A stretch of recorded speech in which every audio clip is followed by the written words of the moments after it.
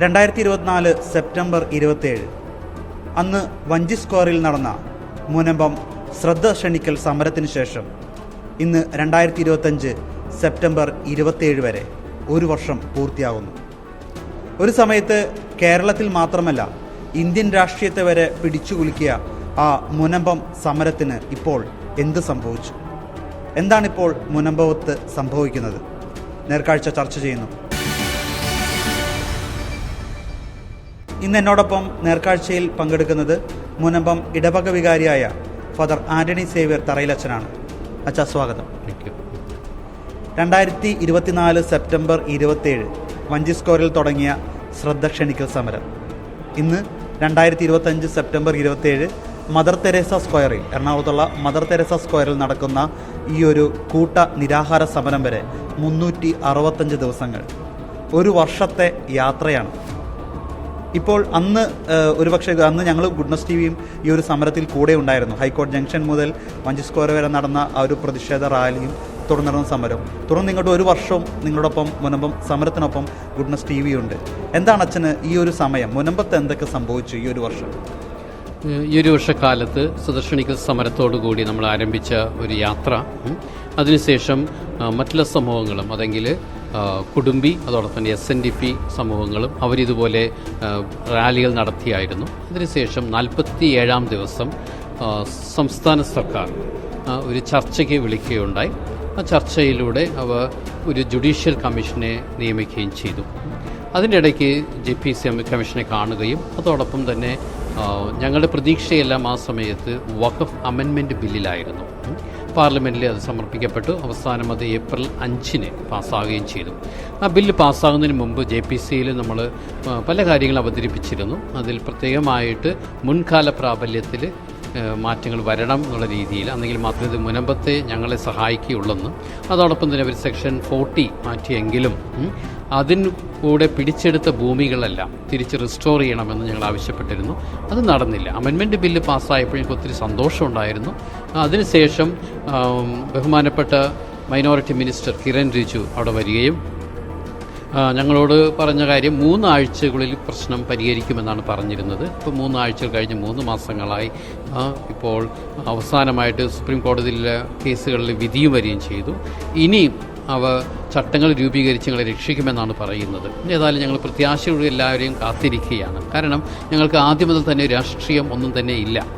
ഞങ്ങൾ ഏത് പാർട്ടി ഞങ്ങളെ സഹായിച്ചാലും ഞങ്ങൾ അവരുടെ കൂടെ നിന്നുകൊണ്ട് സഹകരിക്കുന്ന ഒരു സമൂഹമായിരുന്നു. അതുകൊണ്ട് തന്നെയാണ് ആദ്യം മുതൽ ഇന്ന് വരെ സെപ്റ്റംബർ 27, 2025 എത്തിച്ചേരുമ്പോൾ തിരിഞ്ഞു നോക്കുമ്പോൾ പല പ്രാവശ്യവും ഞങ്ങൾക്ക് ഒരു വിജയം വരുമെന്ന് പ്രതീക്ഷിച്ചിരുന്നു. ഇതിലൂടെ ക്രിസ്മസ് കടന്നുപോയി, ന്യൂ ഇയർ കടന്നുപോയി, ഈസ്റ്റർ കടന്നുപോയി, വിഷു കടന്നുപോയി, ഓണം കടന്നുപോയി. ഓരോ ആഘോഷങ്ങൾ വരുമ്പോൾ ഞങ്ങൾ പ്രതീക്ഷിച്ചത് ഈ പ്രശ്നം ഇതോടുകൂടി അവസാനിക്കുമെന്ന്. പക്ഷേ ഇപ്പോൾ ഒരു വർഷം കഴിയുമ്പോൾ ഞാൻ ഒത്തിരി വിഷമത്തോടു കൂടി ചിന്തിക്കുകയാണ്, ശ്രദ്ധ ക്ഷണിക്കുന്ന സമരം ആരുടെയെങ്കിലും ശ്രദ്ധ ക്ഷണിച്ചിട്ടുണ്ടോ? ഒരു വർഷമായിട്ട് എന്താണ് ഇവിടെ സംഭവിച്ചിരിക്കുന്നത്? ഒത്തിരിയേറെ പ്രതീക്ഷകളോട് ഞങ്ങൾ ഇനിയും മുന്നോട്ട് തന്നെ പോകണം. അതിൽ ഒത്തിരി ഊർജ്ജം ഞങ്ങൾക്ക് ആവശ്യവുമുണ്ട്.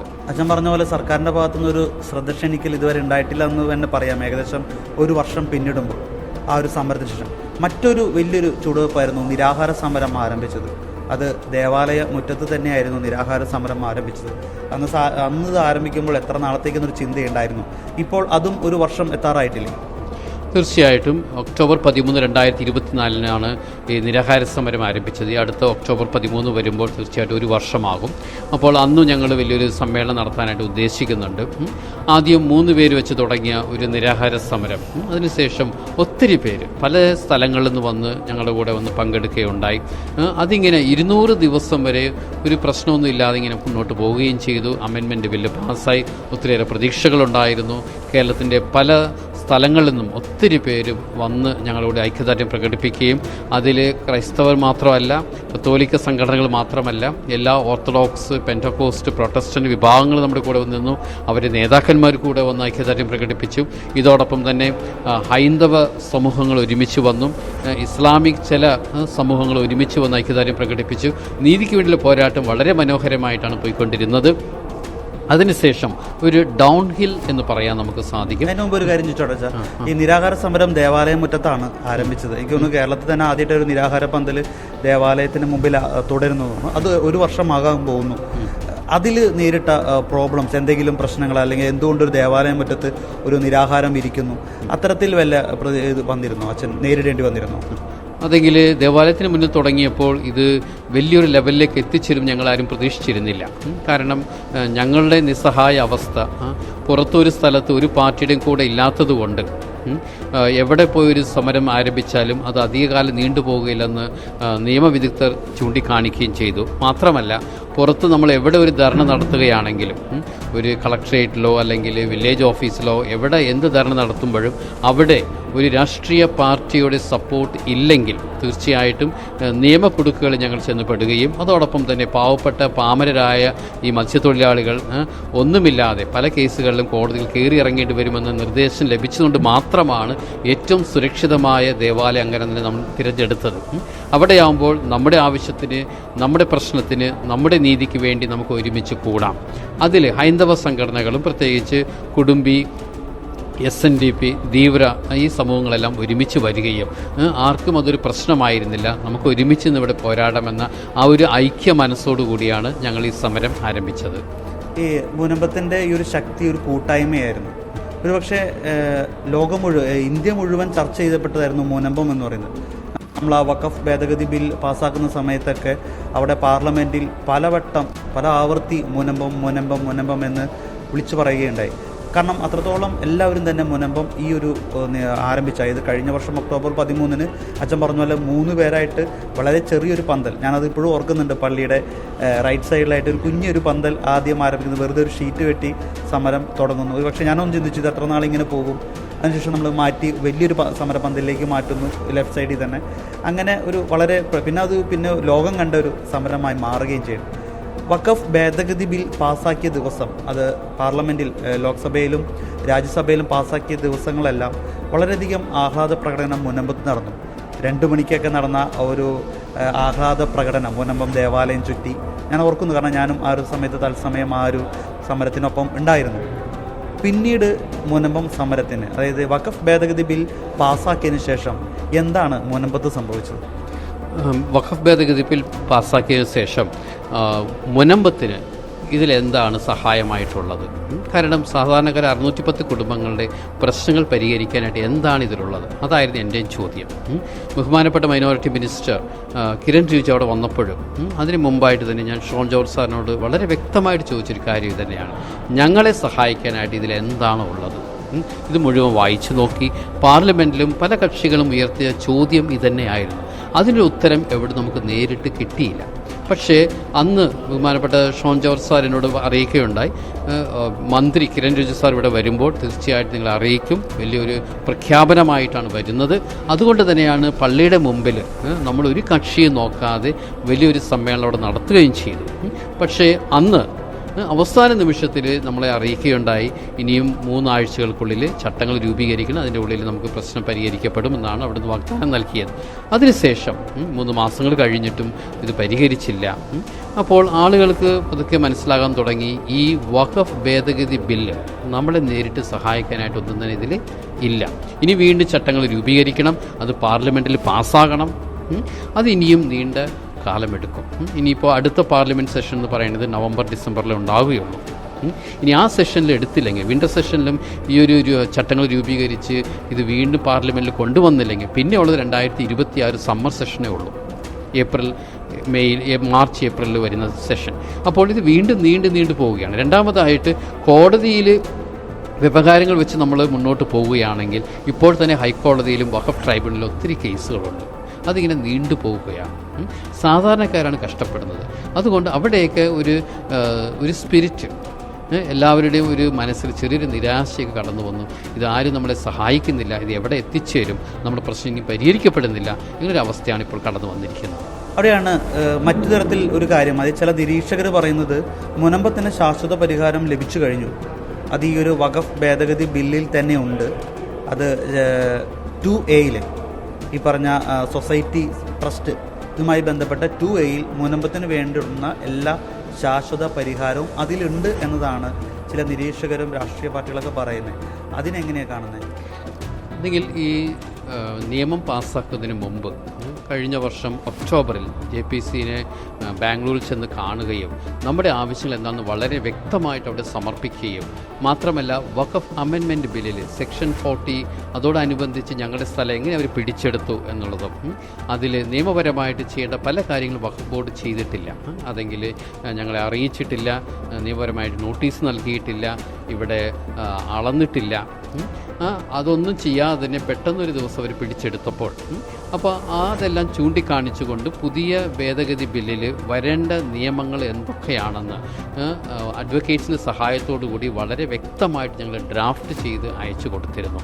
അതെല്ലാം അമെൻമെൻറ്റ് ബില്ലിൽ ഉൾപ്പെടുത്തിയിരുന്നെങ്കിൽ തീർച്ചയായിട്ടും ബില്ല് പാസ്സാകുന്ന അന്ന് തന്നെ ഞങ്ങളുടെ പ്രശ്നം പരിഹരിക്കാമായിരുന്നു. പക്ഷേ അതൊന്നും നടന്നില്ല. അതിനുശേഷമാണ് നിയമവിദഗ്ധർ കണ്ടുപിടിച്ചതാണ് 2A എന്ന് പറയുന്നത്. അതാണെങ്കിലും നേരിട്ട് നമ്മളെ സഹായിക്കുന്നില്ല, ഒരു ഇൻഡയറക്റ്റ് വേ ആണ്. അപ്പോൾ നേരിട്ട് നമ്മളെ സഹായിക്കുകയാണെങ്കിൽ മാത്രമേ നമുക്ക് ഒരു പരിഹാരം ഉടനെ ഉണ്ടാകുകയുള്ളൂ. ഇൻഡയറക്റ്റ് ആകുമ്പോൾ ഇനി അതിനെ ബേസ് ചെയ്ത് ചട്ടങ്ങൾ രൂപീകരിക്കണം. ചട്ടങ്ങൾ രൂപീകരിക്കും, അതിന് വീണ്ടും പാർലമെൻറ്റിൽ പാസ്സാകണം. അത് സമയമെടുക്കുന്ന കാര്യമാണ്. അതിനുള്ളിൽ ചിലപ്പോൾ വഖഫ് ട്രൈബ്യൂണലുകളിൽ ഉള്ള കേസുകൾ ചിലപ്പോൾ വിധി വരികയാണെങ്കിൽ ഈ പ്രശ്നം അവിടെ തന്നെ പരിഹരിക്കപ്പെടുമെന്നാണ് ഞാൻ പ്രത്യാശിക്കുന്നത്.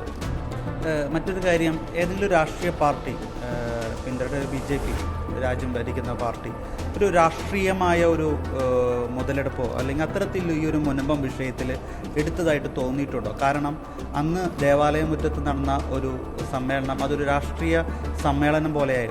കേന്ദ്രമന്ത്രി കിരൺ റിജിജു, മറ്റ് രാഷ്ട്രീയ BJP നേതാക്കൾ, അതോടൊപ്പം തന്നെ അന്ന് നടന്നൊരു സംഭവമായിരുന്നു ദേവാലയത്തിൻ്റെ മുമ്പിൽ വെച്ച് തന്നെ ഈ സമരസമിതിയിലുള്ള ഒരു 50ഓളം പേര് BJPയുടെ അംഗത്വം നേരിട്ട് എടുക്കുന്ന ഒരു കാര്യം. അതും അന്നത്തെ ദിവസം ആ ഒരു സമ്മേളനത്തിൽ വെച്ച് നടത്തണം. അപ്പോൾ ഒരു രാഷ്ട്രീയ പാർട്ടിക്ക് നന്ദി മോദിജി എന്ന് പറയുന്ന ഒരു പാർട്ടി ഒരു പ്രോഗ്രാം ദേവാലയത്തിൽ വെച്ച് നടത്തേണ്ടി വന്നു അന്ന്. അതൊരു പക്ഷേ ഒരു രാഷ്ട്രീയ മുതലെടുപ്പോ അല്ലെങ്കിൽ അത്തരത്തിൽ ഒരു BJPക്ക് ഒരു മുൻതൂക്കം ഈ ഒരു സമരത്തിലൂടെ അല്ലെങ്കിൽ ഭേദഗതി പാസ്സാക്കിയത് അവർക്ക് നേടിയെടുക്കാൻ സാധിച്ചിരുന്നു. അതെങ്കിൽ ക്രൈസ്തവ കാഴ്ചപ്പാടിലും സഭയുടെ കാഴ്ചപ്പാടിലും എപ്പോഴും എല്ലാ പാർട്ടികളെയും രാഷ്ട്രീയ പാർട്ടികളെ സഭ റെസ്പെക്റ്റ് ചെയ്യുന്നുണ്ട്. സഭ ആരുടെയും കൂടെ നിൽക്കാറില്ല. സഭ നിൽക്കുന്ന എപ്പോഴും പാവപ്പെട്ടവരുടെ കൂടെയാണ്. അതുകൊണ്ട് തന്നെയാണ് ഏത് രാഷ്ട്രീയ പാർട്ടി അവിടെ കടന്നു വന്ന് ഈ പ്രശ്നം പരിഹരിക്കുമ്പോഴും സഭ അതിൻ്റെ കൂടെ നിന്നിട്ടേ ഉള്ളൂ. അപ്പോൾ വഖഫ് അമെൻമെൻറ്റ് ബില്ല് പാസ്സാകാനായിട്ട് സഭയുടെ സപ്പോർട്ട് വേണം എന്നാവശ്യപ്പെട്ടപ്പോൾ അത് KCBC ആണെങ്കിലും അതിനുശേഷം CBCA ആണെങ്കിലും ഈ നീതിക്ക് വേണ്ടിയുള്ള പോരാട്ടത്തിൽ ഒരുമിച്ച് കൂടെ നിൽക്കുകയായിരുന്നു. എന്നാലും വളരെ വ്യക്തമായിട്ട് പാവപ്പെട്ടവർക്ക് വേണ്ടി അതേസമയത്ത് എല്ലാ മതങ്ങളെയും അംഗീകരിച്ചുകൊണ്ട് റെസ്പെക്റ്റ് ചെയ്തുകൊണ്ട് ഇന്ത്യൻ കോൺസ്റ്റിറ്റ്യൂഷൻ പറയുന്ന എല്ലാ അവകാശങ്ങളും റെസ്പെക്റ്റ് ചെയ്തുകൊണ്ട് തന്നെയാണ് ഈ ലെറ്റേഴ്സ് എല്ലാം ഉണ്ടാക്കുകയും അതോടൊപ്പം തന്നെ അവർക്ക് BJPയുടെ നേതാക്കൾക്ക് ഇത് സമർപ്പിക്കുകയും ചെയ്തു. ശ്രദ്ധിക്കുകയാണെങ്കിൽ അമെൻമെൻറ്റ് ബില്ല് പാസ്സാക്കുന്നതിന് മുമ്പ് ബഹുമാനപ്പെട്ട അമിത്ഷാ മന്ത്രി CBCയുടെ കത്ത് ഉയർത്തിപ്പിടിച്ചുകൊണ്ടാണ് കത്തോലിക്ക സഭയുടെ സപ്പോർട്ട് ഞങ്ങൾക്കുണ്ടെന്ന് അവിടെ നിന്ന് പറയുകയും ചെയ്തു. തീർച്ചയായിട്ടും ഈ സപ്പോർട്ടുകളൊക്കെ ഉണ്ടെങ്കിലും ബില്ല് പാസ്സായി കഴിഞ്ഞപ്പോഴാണ് നമുക്ക് മനസ്സിലാകുന്നത് നമ്മളെ സഹായിക്കുന്ന എന്തെങ്കിലും ഇതിലുണ്ടോ എന്നൊരു ചോദ്യചിഹ്നം. തീർച്ചയായിട്ടും ഇതിൽ സെക്ഷൻ 40യും മറ്റുള്ള പലതിലും മാറ്റങ്ങൾ വന്നതോടുകൂടി ഇനി ഭാവിയിൽ ഇങ്ങനെ ഒരിക്കലും ആർക്കും സംഭവിക്കുകയില്ല. പക്ഷേ സംഭവിച്ചു പോയ ഞങ്ങളുടെ അവസ്ഥ എന്താണ്, നീതിക്ക് വേണ്ടി ഞങ്ങളുടെ പോരാട്ടത്തിന് മറുപടി ഇനി എന്താണ്, അവിടെയാണ് ഇപ്പോഴും ചോദ്യചിഹ്നങ്ങൾ ഉള്ളത്. അപ്പോൾ പൊതുവായിട്ട് പറയുകയാണെങ്കിൽ സഭ ഒരിക്കലും രാഷ്ട്രീയ കളികൾ കളിക്കാറില്ല. സഭ എന്നും ഒരു നല്ലൊരു കാഴ്ചപ്പാടോടുകൂടി കാരുണ്യത്തിൻ്റെ സ്നേഹത്തിൻ്റെ കാഴ്ചപ്പാടോടുകൂടിയാണ് സഭ എന്നും മുന്നോട്ട് പോകുന്നത്. അതിൽ ഇതുപോലെ പല ട്രാപ്പുകളുണ്ടെങ്കിലും അതൊന്നും നമ്മൾ സഭ മനസ്സിലാക്കാതെ നമ്മൾ നേരിട്ട് പോകുന്നവരാണ്. അപ്പോൾ ആര് നമ്മളെ സഹായിക്കാൻ വരുമ്പോഴും നമ്മൾ കൈ ചേർത്ത് നമ്മൾ അവരോട് കൂടി മുന്നോട്ട് പോവുകയും അത് പാസ്സാകുന്നവരവരുടെ കൂടെ ഉണ്ടായിരുന്നു. പക്ഷേ ഇപ്പോൾ നമുക്ക് മനസ്സിലാകുന്നൊരു കാര്യം അതിൽ നമ്മളെ സഹായിക്കാനായിട്ട് ഒന്നുമില്ല. ഇപ്പോഴും ഒരു വർഷം കഴിയുമ്പോഴും നമ്മൾ പ്രശ്നം പരിഹരിച്ചിട്ടില്ല എന്നതാണ് സത്യാവസ്ഥ. ഒരുപക്ഷെ ഈ ഒരു സമരത്തിൻ്റെ ഈ ഒരു ഭാഗം വെച്ച് പച്ച നേരത്തെ പറഞ്ഞ പോലെ ഒരു രാഷ്ട്രീയ പാർട്ടി ഇതിൽ നേതൃത്വം ഏറ്റെടുക്കുന്നു എന്ന തരത്തിലൊരു പ്രതീതി പൊതുജനത്തിൻ്റെ മുമ്പിൽ അല്ലെങ്കിൽ സമൂഹത്തിൻ്റെ മുമ്പിലേക്ക് ഈ ഒരു മുനമ്പം സമരം വഖഫ് ഭേദഗതി ബിൽ ആക്ട് പാസ്സാക്കുന്നത് വരെ സംഭവിച്ചതുകൊണ്ട് ഒരു പക്ഷേ കേരളത്തിലെ മറ്റു പാർട്ടികളായ കോൺഗ്രസും അതോടൊപ്പം തന്നെ CPM സംസ്ഥാന സർക്കാരും അവരിതിനെ കൈയൊഴിഞ്ഞതായിട്ട്, അതായത് ഈ ഒരു ആക്ട് പാസ്സാക്കുന്നവരെ കൈയൊഴിഞ്ഞതായിട്ടോ അല്ലെങ്കിൽ മറ്റു തരത്തിൽ പറഞ്ഞ മുനമ്പം സമര നേതാക്കളോടോ സമരസമിതിയോടോ ഒരു ദേഷ്യവും വെറുപ്പും മറ്റ് പാർട്ടികൾക്ക് ഉണ്ടാവാനായിട്ട് ഇടയായിട്ടില്ലേ? അതൊരു പക്ഷേ സമരസമിതിയിലെ ചില അംഗങ്ങളുടെ, കാരണം ഒരുപക്ഷെ ദേവാലയത്തിന് മുമ്പിൽ ഉയർന്ന ഒരു പോസ്റ്റ്, അത് ഒരുപാട് ചർച്ച വന്നിരുന്നു. കോൺഗ്രസ് നേതാക്കൾക്കാർക്കും ഈ ഒരു ദേവാലയത്തിനകത്തേക്ക് പ്രവേശനമില്ല. ഒരുപക്ഷെ ദേവാലയമാണത്, എല്ലാവർക്കും ഒരുപോലെ, ഇപ്പം അച്ഛൻ പറഞ്ഞ പോലെ സഭ ഇപ്പോഴും എല്ലാ രാഷ്ട്രീയ പാർട്ടികളെയും ഒരുപോലെ കാണുകയാണ്. ഒരു രാഷ്ട്രീയ പാർട്ടിക്കും തീരെ എഴുതി കൊടുത്തിട്ടില്ല സഭ. അപ്പോൾ അത്തരത്തിൽ അത് മറ്റ് രണ്ട് പാർട്ടികളെയും അത് അകലം പാലിപ്പിച്ചു ഈ ഒരു സമരത്തിൽ നിന്ന്. ഈ ഒരു സമരം കൊണ്ട് നമുക്കറിയാം എല്ലാ സ്ഥലങ്ങളിലും സമരം ഇല്ലാതാക്കാനായിട്ട്, പൊളിച്ചെടുക്കാനായിട്ട് പല തിന്മയുടെ ശക്തികൾ എപ്പോഴും കടന്നു വരും. അത് സ്വാഭാവികമാണ്, എല്ലാ സമരങ്ങളിലും സംഭവിക്കുന്നത്. ഇവിടെയും അത് തന്നെ സംഭവിക്കാൻ തുടങ്ങി. രാഷ്ട്രീയ പാർട്ടി അവിടെ മുതലെടുക്കാനായിട്ട് തുടങ്ങി. പറഞ്ഞതുപോലെ 50 പേർ അവർ അംഗത്വം സ്വീകരിച്ചു. അത് പള്ളിയുടെ പുറത്തുനിന്നാണ് അവർ സ്വീകരിച്ചത്. എന്നാലും അത് കഴിഞ്ഞ് അവർ ഈ ഒരു പാർട്ടിക്ക് വേണ്ടി പ്രവർത്തിക്കാൻ തുടങ്ങിയതിന് ശേഷം അതോടൊപ്പം തന്നെ ചിലർ അവിടെ ഒരു പ്രശ്നമുണ്ടാക്കാൻ വേണ്ടി ഒരു ഫ്ലെക്സ് കൊണ്ടുവന്ന് വയ്ക്കുകയും ആ ഫ്ലെക്സ് വരും അരമണിക്കൂറിൻ്റെ ഉള്ളിൽ അവിടെ നിന്ന് എടുത്ത് മാറ്റുകയും ചെയ്തു. പക്ഷേ അതിൻ്റെ ഉള്ളിൽ അത് ഒത്തിരി പേർ യൂട്യൂബിൽ കാണുകയും ചെയ്തു. അപ്പോൾ ഞങ്ങളുടെ ആരുടെയും കാഴ്ചപ്പാട് അവരുടെ കൂടെ അല്ല, ചേർന്നതല്ല.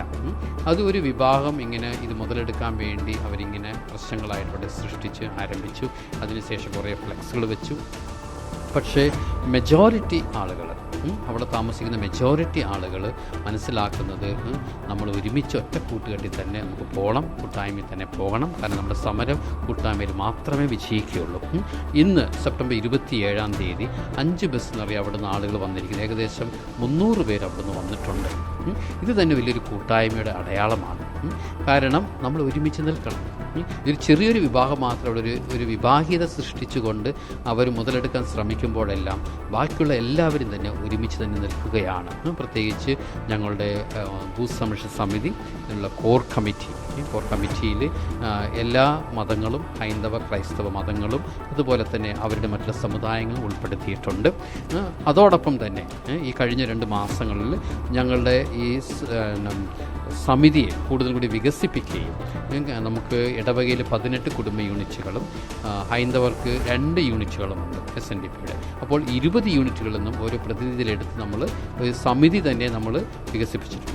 അപ്പോൾ അങ്ങനെ നമ്മുടെ ഡിസിഷൻസ്, തീരുമാനങ്ങൾ എപ്പോഴും എല്ലാവരിൽ നിന്നായിട്ട് ഒരുമിച്ച് എടുക്കാനായിട്ട് അതിൻ്റെ ഫലം തന്നെയാണ് ഇന്ന് 300 പേരോളം ഇവിടെ എത്തിച്ചേർന്നിരിക്കുന്നത്. അപ്പോൾ അതുകൊണ്ട് ഇതൊരു ചെറിയൊരു വിഭാഗം മാത്രമാണെങ്കിൽ ചെറിയൊരു വിഭാഗീയത പോലെ സൃഷ്ടിച്ച് വരികയാണെങ്കിൽ ബാക്കിയുള്ള 95% ആളുകൾ ഒരുമിച്ച് തന്നെയാണ് നിൽക്കുന്നത്. അതുതന്നെയാണോ ഇപ്പോൾ പലരും ചോദിക്കുന്ന മുനമ്പം സമരത്തിന് ഇത് എന്ത് പറ്റിയെന്നൊരു ചോദ്യമുണ്ട്, അല്ലെങ്കിൽ എന്താണ് മുനമ്പത്ത് സംഭവിച്ചതെന്നുള്ളത്? ഞാൻ ആരംഭത്തിൽ പറഞ്ഞ പോലെ തന്നെ, കാരണം അതുവരെ ഭയങ്കര കൂട്ടായ്മയിൽ ഭയങ്കര ശക്തമായിട്ട് ഭാരതത്തെ വരെ പിടിച്ചുകുലക്കാൻ പോകുന്ന ആ ഒരു മുനമ്പം സമരം ഒരുപക്ഷെ അതിൽ വിഭാഗീയത കടന്നുകൂടി 2 ടീമായി എന്ന രീതിയിലൊക്കെ പലപ്പോഴും ചില വാർത്തകൾ വരുന്നു. ചില പ്രശ്നങ്ങൾ അവിടെ സൃഷ്ടിക്കപ്പെടുന്നു, ചില ഫ്ലെക്സുകൾ അവിടെ ഉയരുന്നു. മുനമ്പം മുൻപുണ്ടായിരുന്ന നേതാക്കന്മാരെ ഇപ്പോൾ കാണുന്നില്ല. അത്തരത്തിൽ സമരം ശുഷ്കിച്ചു. അതുകൊണ്ട് തന്നെ ഇപ്പോൾ ഒരു മാധ്യമ ശ്രദ്ധയൊന്നും ലഭിക്കാതെ അപ്രസക്തമായി കൊണ്ടിരിക്കുന്നു എന്ന തരത്തിലൊക്കെ ഒരു വാർത്തകളും സംസാരങ്ങളൊക്കെ വരുന്നുണ്ട്.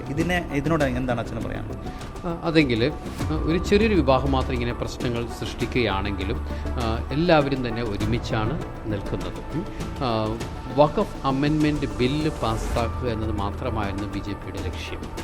ആ ബില്ല് പാസ്സായതിനു ശേഷം പിന്നെ ഞാൻ കാണുന്നത് ഒരു അകഴ്ചയാണ്. പ്രശ്നം പരിഹരിക്കുന്നതായിട്ട് ഒന്നും തന്നെ കണ്ടില്ല. അതുവരെ സുപ്രീം കോടതിയിലെ കേസുകൾ ചൂണ്ടിക്കാണിക്കുന്നുണ്ടായിരുന്നു. പക്ഷേ ഈ ബില്ല് പാസ്സാകുന്നതിന് മുമ്പ് തന്നെ ഈ ഭൂസംരക്ഷണ സമിതി എല്ലാ കാര്യങ്ങളും എങ്ങനെ ഈ ബില്ല് പാസ്സാക്കണം, അതിൻ്റെ അകത്തുള്ള ചേർക്കേണ്ടത് എന്തൊക്കെയാണെന്നൊക്കെ നേരിട്ട് അറിയിക്കുകയും എല്ലാം എഴുതി സമർപ്പിക്കുകയും ചെയ്തിരുന്നു. അതിലൂടെ പാസ്സായിരുന്നെങ്കിൽ തീർച്ചയായിട്ടും ഈ പ്രശ്നം അന്ന് തന്നെ പരിഹരിക്കാമായിരുന്നു.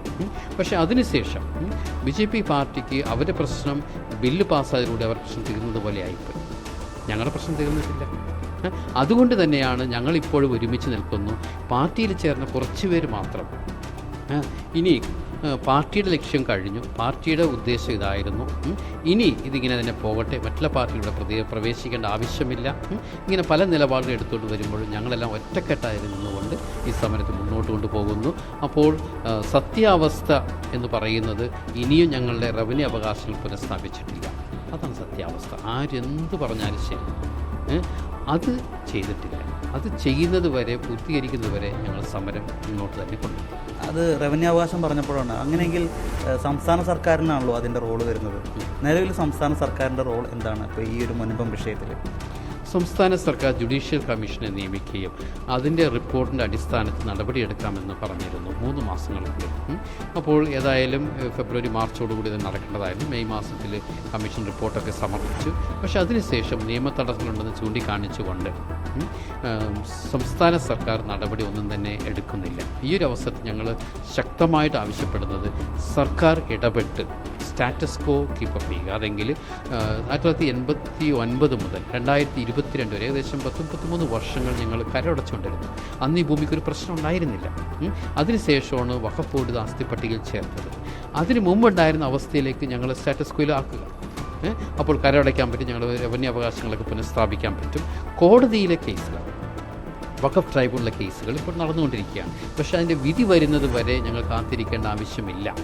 അതിനു മുമ്പ് തന്നെ ഈ പ്രശ്നം സംസ്ഥാന സർക്കാരിന് ഇടപെട്ട് തീർക്കാൻ സാധിക്കും. അതാണ് ഇപ്പോൾ ഞങ്ങൾ ആവശ്യപ്പെടുന്നത്. ചിലപ്പോൾ വിധി വരാൻ ചിലപ്പോൾ താമസമെടുക്കും. പക്ഷേ വിധി ഞങ്ങൾക്ക് അനുകൂലമായിരിക്കും 100% ഞങ്ങൾക്ക് ഉറപ്പുണ്ട്.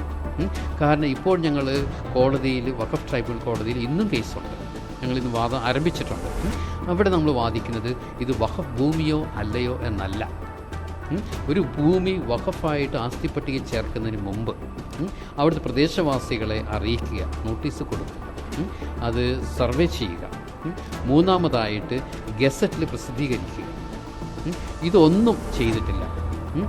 വഖഫ് നിയമങ്ങൾ പറയുന്നുണ്ട്, ആവശ്യപ്പെടുന്നുണ്ട്, സെക്ഷൻസ് എല്ലാം വ്യക്തമായിട്ട് ആവശ്യപ്പെടുന്നുണ്ട്. ഇതൊന്നും ചെയ്യാതെ വഖഫ് ബോർഡ് ആസ്തി പട്ടികയിൽ ചേർക്കുമ്പോൾ അത് തന്നെ നിയമവിരുദ്ധമാണ് നിങ്ങൾ ചൂണ്ടിക്കാണിക്കുകയാണ്. അതോടുകൂടി ഈ പ്രശ്നം അവിടെ അവസാനിക്കും. കാരണം വഖഫ് ട്രൈബ്യൂണൽ ഇതൊക്കെ അവതരിപ്പിക്കുമ്പോൾ തീർച്ചയായിട്ടും ജഡ്ജ് ഇത് മനസ്സിലാക്കിക്കൊണ്ട് തീർച്ചയായും ഞങ്ങൾക്ക് അനുകൂലമായൊരു വിധി നൽകുകയും അതോടൊപ്പം തന്നെ അവർക്ക് വഖഫ് ബോർഡിന് നിയമപരമായിട്ട് ഈ സ്ഥലം ചേർക്കാൻ സാധിക്കില്ല, ആസ്തി പട്ടികയിൽ ചേർക്കാൻ സാധിക്കില്ലെന്ന് വളരെ വ്യക്തമായിട്ട് തന്നെ ഒരു വിധി ചെയ്യും. അതുകൊണ്ട് ഈ പ്രശ്നം അവിടെ പരിഹരിക്കും. അപ്പോൾ സംസ്ഥാന സർക്കാർ ഇടപെട്ട് ഉടനെ ചെയ്യാൻ സാധിക്കുന്നത് റവന്യൂ അവകാശങ്ങൾ ഉടനെ പുനഃസ്ഥാപിക്കുക. ഇപ്പോൾ ഇതുമായി ബന്ധപ്പെട്ട കേസ് നടക്കുന്നത് അത് വഖഫ് സംരക്ഷണ സമിതി കൃത്യമായി തന്നെയാണോ? ചില വാദങ്ങൾ അല്ലെങ്കിൽ ചില ആക്ഷേപങ്ങൾ ഉയരുന്നു, തെറ്റായ രീതിയിലൂടെ കേസ് പോകുന്നു എന്ന തരത്തിൽ. അതിനെക്കുറിച്ച് എന്താണ് പറയുന്നത്? ഇത് നടത്തുന്നത് ഭൂസ് സംരക്ഷണ സമിതിയാണ്. ഈ ഭൂസ് സംരക്ഷണ സമിതി വളരെ ശരിയായ രീതിയിലോട്ട് തന്നെയാണ് മുന്നോട്ട് പോകുന്നത്. ഇതിൽ നമ്മളേറെ സഹായിക്കുന്നത് ബഹുമാനപ്പെട്ട അഡ്വക്കേറ്റ് ജോർജ് പൂന്തോട്ടമാണ്. അപ്പോൾ ആദ്യമായിട്ട് സാറിന് ഞങ്ങൾ ചെന്ന് കാണുന്നത് ഞാനും വികാർ ജനറൽ അച്ഛനുമാണ്, കോട്ടയം രൂപതയിലെ വികാർ ജനറൽ ഡോക്ടർ റോബിൻ അച്ഛനാണ്. ഞങ്ങൾ ഒരുമിച്ച് ചെന്ന് കണ്ട് കാര്യങ്ങൾ അവതരിപ്പിക്കുകയും അത് ഏറെ സന്തോഷത്തോടു കൂടെ ഈ കേസ് നടത്താമെന്ന് സമ്മതിക്കുകയും ചെയ്തു. അപ്പോഴും ഞങ്ങൾ ചോദിച്ച സാറിൻ്റെ ഫീസ് രൂപത, കോട്ടപ്പൻ രൂപത അതിൽ സപ്പോർട്ട് ചെയ്യാൻ തയ്യാറായിരുന്നു. അതുകൊണ്ട് തന്നെയാണ് എൻ്റെ കൂടെ VG വന്നത്. അപ്പോൾ പൂന്തോട്ട സാർ പറഞ്ഞത് എനിക്ക് ഫീസ് ആവശ്യമില്ല, ഒരു സോഷ്യൽ കോസായിട്ട് ഞാനിത് ഏറ്റെടുത്തുകൊണ്ട് 610 കുടുംബങ്ങളുടെ അവസ്ഥ ഞാൻ മനസ്സിലാക്കിയതുകൊണ്ട് ഞാൻ ഫ്രീ ആയിട്ട് തന്നെ ഈ കേസ് നടത്തുകയാണ്. അപ്പോൾ ആ ഒരു വിശാല മനസ്സിനെ പലരും മനസ്സിലാക്കാതെ വളരെ തെറ്റായിട്ടാണ് ചിത്രീകരിക്കുന്നത്. ഇന്നും അദ്ദേഹം കോഴിക്കോട് ട്രൈബ്യൂണലിൽ പോയിട്ടുണ്ട്, കൂടെ 2 ജൂനിയേഴ്സിനെയും കൊണ്ട് പോയിട്ടുണ്ട്, വാദം വീണ്ടും ആരംഭിച്ചിട്ടുണ്ട്.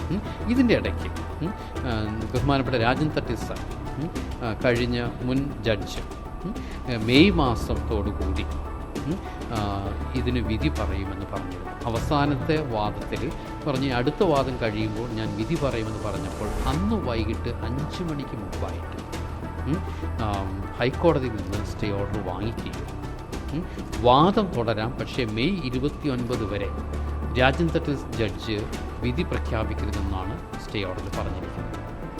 രാജൻ തട്ടിൽ സാർ മെയ് 19 ട്രാൻസ്ഫർ ആയിട്ടാവുകയും ചെയ്തു. അപ്പോൾ ഒരു വിധി പറയേണ്ട സമയത്ത് വിധി പറയാൻ അനുവദിക്കാത്തത് വഖഫ് ബോർഡാണ്. സ്റ്റേ ഓർഡർ വാങ്ങിച്ച് അവിടെ ഒരു പ്രശ്നം പരിഹരിക്കാനായിട്ട് അനുവദിച്ചില്ല. 2022 മുതൽ വാദം കേട്ട് അവസാനം 25-ൽ ഒരു വിധി വരുന്ന സമയത്ത് അവിടെ നിന്ന് ജഡ്ജിനെ മാറ്റുകയാണ്. ഇതാണ് നമ്മുടെ നിയമാവസ്ഥകൾ. അപ്പം ഡിലേഡ് ജസ്റ്റിസാണ് ഇവിടെ നമ്മളിപ്പോഴും കാണുന്നത്. ഈ വഖഫ് ബോർഡിന് ഒരു വഖഫ് മന്ത്രിയുണ്ട്, സർക്കാരിൻ്റെ ഭാഗമാണ്. ഒരുപക്ഷെ സർക്കാരിന് നിങ്ങൾക്ക് ആ ഒരു ഭൂമി തരണമെന്ന് ആഗ്രഹമുണ്ടെങ്കിൽ ആ ഒരു വിധി പറയാൻ അനുവദിക്കാമായിരുന്നു അല്ലേ? അങ്ങനെയെങ്കിൽ ഈ മെയ് മാസത്തോടുകൂടി ഈ ഒരു മുനമ്പം ശാശ്വത പരിഹാരം ഉണ്ടായാൽ തീർച്ചയായിട്ടും അത് സാധിക്കുമായിരുന്നു. അപ്പോൾ അതിനെക്കുറിച്ച് ഞങ്ങൾ മന്ത്രിമാരെ കോൺടാക്റ്റ് ചെയ്യുകയും അപ്പോൾ അവർ പറഞ്ഞു ഇത് വഖഫ് ബോർഡിനൊരു തീരുമാനമാണ്, അല്ലാതെ സർക്കാരിൻ്റെ തീരുമാനം അല്ല എന്ന് ഞങ്ങളോട് പറയുകയും ചെയ്തു. ഏതായാലും പുതിയ ജഡ്ജി വന്നു. പുതിയ ജഡ്ജി ഇപ്പോൾ കാര്യങ്ങൾ പെട്ടെന്ന് തന്നെ കൊണ്ടുപോകാനായിട്ട് ശ്രമിക്കുന്നുണ്ട്. ഇവിടെ കഴിഞ്ഞ ഈ മാസം തന്നെ ആദ്യത്തെ ആഴ്ചകളിൽ ഇവിടെ എറണാകുളത്ത് കല്ലൂരിൽ കോർട്ട് നടന്നപ്പോഴും ഞാനവിടെ പോയിരുന്നു. എന്തായാലും ജഡ്ജി കാര്യം പെട്ടെന്ന് തന്നെ വാദം തുടങ്ങി പെട്ടെന്ന് പരിഹരിക്കാനായിട്ട് ഒരു തീരുമാനം എടുക്കാനായിട്ട് താല്പര്യപ്പെടുകയും അതോടൊപ്പം തന്നെ എല്ലാ അഡ്വക്കേറ്റ്സും ആവശ്യപ്പെട്ടിരിക്കുന്നത് നീട്ടിക്കൊണ്ടു പോകാൻ സാധിക്കില്ല. 610 കുടുംബങ്ങളുടെ അവസ്ഥയാണ്. അതുകൊണ്ട് ഉടനെ തന്നെ വരും മാസങ്ങളിൽ ഒരു വിധി ഉണ്ടാകുമെന്ന് പ്രതീക്ഷിക്കുന്നു എന്നാണ് പ്രതീക്ഷിക്കുന്നത്. മറ്റൊരു കാര്യം, ഈ സുപ്രീം കോടതി കഴിഞ്ഞ ദിവസം വഖഫ് ആക്ടിലെ ചില ക്ലോസുകൾ സ്റ്റേ ചെയ്യുന്നുണ്ടായി. അത് മുൻപത്തെ ബാധിക്കുന്നതാണോ? ഇല്ല, അതൊന്നും മുൻപത്തെ ബാധിക്കുന്നില്ല. മാത്രമല്ല അത് വിധി വന്നിരിക്കുന്നത് കൊണ്ട് ഇത്രയും ദിവസവും BJP പാർട്ടിക്ക് ഒരു ചട്ടം രൂപീകരിക്കാൻ സാധിക്കുന്നില്ല. കാരണം ഇതിന് സ്റ്റേ ഓർഡർ വന്നിരിക്കുന്നതുകൊണ്ടാണെന്ന് ഒരു എക്സ്ക്യൂസ് ആയിരുന്നു. പക്ഷേ ഇപ്പോൾ അത് മാറിയിരിക്കുന്നത് കൊണ്ട് തീർച്ചയായിട്ടും കേന്ദ്ര സർക്കാർ ഉടനെ തന്നെ കൂടി ഒരു ചട്ടങ്ങൾ രൂപീകരിച്ച് ഞങ്ങളുടെ പ്രശ്നം പരിഹരിക്കാനായിട്ട് സാധിക്കും.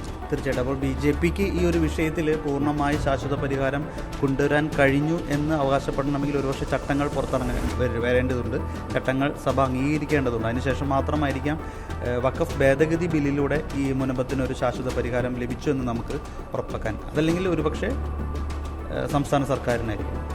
തീർച്ചയായിട്ടും കേന്ദ്ര സർക്കാരിൻ്റെ സഹായമെന്ന് പറയുന്നത് ഇനി ചട്ടങ്ങൾ രൂപീകരിച്ചെങ്കിൽ മാത്രമേ നമ്മളെ സഹായിക്കാനായിട്ട് സാധിക്കുകയുള്ളൂ. അതും നേരിട്ട് ചട്ടങ്ങൾ രൂപീകരിക്കുകയാണെങ്കിൽ മാത്രമേ ഞങ്ങളെ സഹായിക്കുള്ളൂ. അല്ലെങ്കിൽ വീണ്ടും കോടതിയിൽ പോയി നീണ്ട വ്യവഹാരങ്ങളിലൂടെ അതിനൊരു വിധി ലഭിക്കുക എന്ന് പറയുന്നത് അതും നീണ്ട സമയമെടുക്കുന്ന കാര്യം. ശാശ്വത പരിഹാരം അതിന് പകരം ഇപ്പോൾ വഖഫ് ട്രൈബ്യൂണലിൽ നിന്നൊരു വിധി വരികയോ അല്ലെങ്കിൽ സംസ്ഥാന സർക്കാർ ഇടപെട്ട് സ്റ്റാറ്റസ് കോ കീപ്പപ്പ് ചെയ്തുകൊണ്ട് 33 വർഷങ്ങളായിട്ട് ഞങ്ങൾക്കുണ്ടായിരുന്ന അവകാശം വീണ്ടും പുനഃസ്ഥാപിച്ചുകൊണ്ട് ഇനി വിധി വരുന്നത് വരെ ഞങ്ങളെ സംരക്ഷിക്കുകയാണെങ്കിൽ ഇപ്പോൾ തന്നെ ഈ പ്രശ്നത്തിനൊരു പരിഹാരം കാണാൻ സാധിക്കും. നിലവിൽ സമരം ഉണ്ട് അല്ലേ? നിരാഹാര സമരം ഉണ്ട്, അപ്രസക്തമായിട്ടില്ല. ഇപ്പോഴും ദേവാലയത്തിന് മുമ്പിൽ മുനമ്പം ജനത നിരാഹാര സമരം അനുഷ്ഠിച്ചുകൊണ്ടിരിക്കുകയാണ്. 365 ദിവസങ്ങളാകുകയാണ് ഒക്ടോബർ 13-ന്. അങ്ങനെയാണ് അവസ്ഥ. ഇപ്പോൾ സമരത്തിൻ്റെ പിന്തുണ അത് എത്രത്തോളമുണ്ട്? എനിക്ക് തോന്നുന്നു അവിടെ ക്രൈസ്തവർ മാത്രമല്ല ഹിന്ദു സമുദായത്തിലെ അംഗങ്ങളുടെയും കൂടി ഭൂമി വഖഫ് ഏറ്റെടുത്തിരിക്കുകയാണ്. അപ്പോൾ നിലവിലുള്ള അവസ്ഥ എങ്ങനെയാണ്? നിലവിൽ സമരം തീർച്ചയായിട്ടും തുടർന്നുകൊണ്ട് പോകുന്നുണ്ട്. നിരാഹാര സമരം തന്നെ ഉള്ളത്. ഓരോ ദിവസവും 9 കുടുംബ യൂണിറ്റുകളിൽ നിന്ന് ഒരാളെ വെച്ചെങ്കിലും അവരിതിൽ പങ്കെടുക്കണം നമ്മൾ ആവശ്യപ്പെട്ടിരിക്കുന്നത്. പക്ഷേ എല്ലാവർക്കും വരാൻ സാധിക്കുകയില്ല. കാരണം ഒരു വർഷം ഏകദേശം ആകാൻ പോകുന്നു. മാത്രമല്ല ഒരു കുടുംബത്തിന് കാര്യമാകുമ്പോൾ കുഞ്ഞു മക്കളുണ്ട്, ഒരു സ്കൂളിൽ പോകണം, അതുപോലെ ഭർത്താവ് കടലിൽ പോകണം, അങ്ങനെ അധ്വാനിക്കണം, അങ്ങനെ പല പ്രശ്നങ്ങളുള്ളത് കൊണ്ട് സാധിക്കുന്ന എല്ലാവരും ഓരോ ദിവസവും 2, 3, 5 പേര് വന്ന് നിരാഹാര സമരത്തിൽ ഇരിക്കുന്നുണ്ട്. ഇതിൻ്റെ കൂടെ തന്നെ നമ്മുടെ കൂടെ SNDPയും കുടുംബി സമുദായങ്ങളും തീവ്ര സമുദായങ്ങളും പ്രത്യേക ദിനങ്ങൾ, ഇപ്പോൾ നമുക്ക് ക്രൈസ്തവർക്ക് ഇരിക്കാൻ സാധിക്കാത്ത ദിവസങ്ങൾ, പ്രത്യേകമായിട്ട് ഇടവക തിരുനാൾ വന്ന ദിവസം, അല്ലെങ്കിൽ ഫീസ്റ്റ്, വേറെ എന്തെങ്കിലും ഫീസ്റ്റ്, അങ്ങനെയൊക്കെ വരുമ്പോൾ അവർ കൂടി നമ്മളെ സഹായിക്കുന്നുണ്ട്. ഓണത്തിൻ്റെ അന്ന് എല്ലാവരും കൂടി ഒരുമിച്ച് ഏകദേശം 50 പേര് അന്ന് നിരാഹാര സമരം ഇരുന്നായിരുന്നു. അപ്പോൾ സമരം പഴയതുപോലെ നമ്മൾ മുന്നോട്ട് കൊണ്ട് പോകുന്നുണ്ട്. ഇതിൽ നേരത്തെ ഉണ്ടായിരുന്ന ആളിക്കത്തിയ തീ ഇല്ല. കാരണം വഖഫ് അമെൻമെൻറ്റ് ബില്ല് പാസ്സായതോടുകൂടി പലരും ചിന്തിക്കുന്നത് ഈ പ്രശ്നം പരിഹരിക്കപ്പെട്ടു എന്നാണ്. അതല്ല, പരിഹരിച്ചിട്ടില്ല. ഇനി ഞങ്ങൾ തുടർന്ന് സമരത്തിൽ മുന്നോട്ട് പോയിക്കൊണ്ടിരിക്കുക. എങ്ങനെയാണ് ഇനിയുള്ള സമരം മുന്നോട്ട് കൊണ്ടുപോകാൻ പ്ലാൻ ചെയ്തിരിക്കുന്നത്? കാരണം ഒരു വർഷമാകുന്നു ക്ഷണിക്കൽ സമരത്തിന്. സെപ്റ്റംബർ 27, 2025 ഒരു വർഷം പൂർത്തിയായി. ഇനി എങ്ങനെയാണ് സമരം ശക്തമാക്കാനാണോ?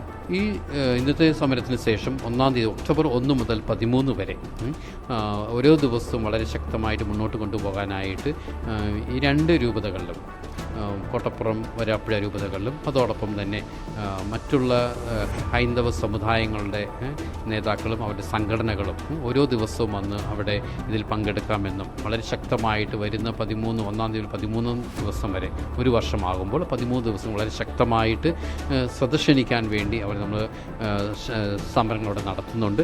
അതിനുശേഷം എല്ലാവരും നിർദ്ദേശിച്ചിരിക്കുന്നത് നമുക്ക് ഒരുമിച്ച് ട്രിവാൻഡ്രം സെക്രട്ടേറിയറ്റിൽ ഒരു ധർണ നടത്തുകയും അവിടെ എല്ലാ ക്രൈസ്തവ സംഘടനകളും അതോടൊപ്പം തന്നെ ഹൈന്ദവ സംഘടനകളും ഒരുമിച്ച് ഗവൺമെൻറ് മുമ്പിൽ, സംസ്ഥാന സർക്കാരിൻ്റെ മുമ്പിൽ നമ്മുടെ പ്രശ്നം സമർപ്പിച്ചുകൊണ്ട് ഒരു പരിഹാരം കണ്ടെത്താനായിട്ടൊരു സമരം നടത്താമെന്നാണ് ഉദ്ദേശിച്ചിരിക്കുന്നത്.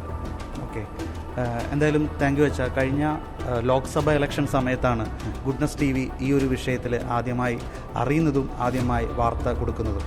അന്ന് മുനമ്പം വേളാങ്കണ്ണി പള്ളി മാതാ ദേവാലയത്തിൽ അന്ന് ലോക്സഭ ഇലക്ഷൻ്റെ ഭാഗമായി 3 രാഷ്ട്രീയ സ്ഥാനാർത്ഥികളെയും വിളിച്ചുകൊണ്ടുള്ള ഒരു സമ്മേളനം ഈ ഒരു വഖഫ് വിഷയത്തിൽ അന്ന് വന്ന ആ റിപ്പോർട്ട് ഒരുപക്ഷെ പിന്നീട് ഒരുപാട് പേര് കാണുകയൊക്കെ ചെയ്തിട്ടുണ്ട്. അന്ന് ആദ്യമായി ഞങ്ങൾ ഈ ഒരു വഖഫ് വിഷയത്തിലുണ്ടായിരുന്നു. തുടർന്ന് ഇപ്പോഴും ഒരു വർഷത്തോളമായി തുടർന്നുമുണ്ട്. ഈ ഒരു മുനമ്പം സമരത്തിന് 610 അംഗങ്ങളുടെ കുടുംബങ്ങളുടെ അവർക്ക് നീതി ലഭിക്കാനായിട്ട് ഇനിയും എല്ലാ കാര്യങ്ങളും ഗുഡ്നസ് TV ഉണ്ടാവും. അച്ഛൻ എല്ലാവിധ ആശംസകളും നേരുന്നു. നന്ദി. Thank you so much.